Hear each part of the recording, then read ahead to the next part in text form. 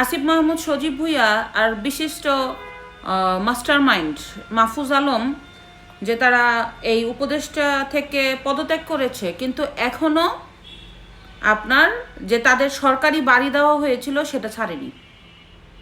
মানে হাস্যকর কথা, পদত্যাগ করেছে ওরা উপদেষ্টা থেকে প্রায় 2 মাস হলো, কিন্তু সরকারি বাড়ির লোভ এখনও ছাড়তে পারতেছে না।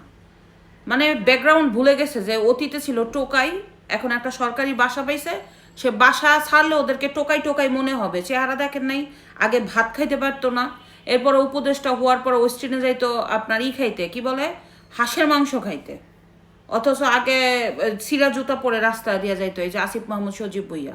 বাংলাদেশের ইতিহাসে এই যে যে উপদেষ্টা হইল আসিফ মাহমুদ সজীব ভুঁইয়া, 2টা বড় মন্ত্রণালয় ওর হাতে ছিল, ধ্বংস করে দিছে পুরো মন্ত্রণালয়গুলি। ক্রীড়া মন্ত্রণালয় তো একবারে 3 আসিফে ধ্বংস করছে।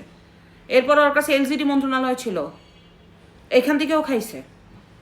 তো যাই হোক, এই মানে সরকারি বাসা ছাড়তে চাচ্ছে না। এখন এর আরেকটা কারণ আছে, ওর বাপ ইউনুস তো এখনো ক্ষমতায় আছে, তাই বাপ আর 2 বেটার সরকারি বাড়ি একসাথে ছাড়বে। মানে বাপ যেহেতু ক্ষমতায় আছে, পুত্র কি সরকারি বাড়ি ছাড়তে পারে আপনারা বলেন? এর জন্য বাপের আগে পুঁতে নামবে না, বাপের সাথে একসাথে নেমে যাবে। যদিও আর বেশি দিন বাপেও ক্ষমতায় নাই, 12-13 দিন আছে, কিন্তু এর মধ্যেও এর বাপে চেষ্টা করবে, মানে ডক্টর ইউনুস, কিভাবে ক্ষমতায় থাকা যায়। কিন্তু এত সহজ হবে না, ক্ষমতায় এবার তাকে নামতেই হবে।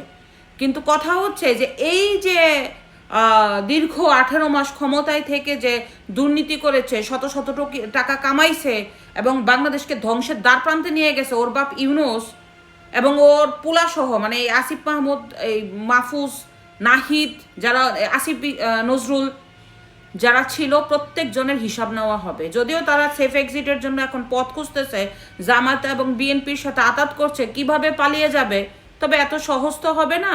কিন্তু কথা হচ্ছে যে মানে শেষ পর্যন্ত টাকা নিয়ে পালাতে পারে কিনা।